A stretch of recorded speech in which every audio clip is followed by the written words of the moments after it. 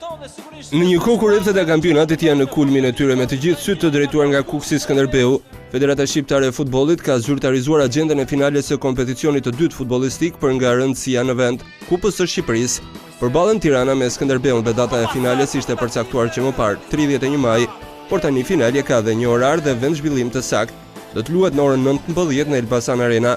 Orari përshtatshëm për shikueshmëri maksimale dhe një stadium që garanton neutralitetin për sa i përket largësisë gjeografike si nga kryeqyteti ashtu edhe nga Korça, duke siguruar natyrisht edhe të gjitha standardet bashkëkohore si një ndër dy stadiumet më modern në vend. Finalja e Kupës do të luhet 4 ditë pas përfundimit të kampionatit të 78 kombëtar me kategorinë superiore që ul sipari në 27 maj. Dhe mbetet për tu parë se me çfarë humori do të shkojnë aty dy finalistët, pasi Skënderbeu është ende në garë për titullin e 7 radhazi në kampionat, ndërsa Tiranës i duhet që më parë se të mendoj për finalen, të sigurojë një mbijetesë të vështirë pasi rrezikon seriozisht rënien nga kategoria.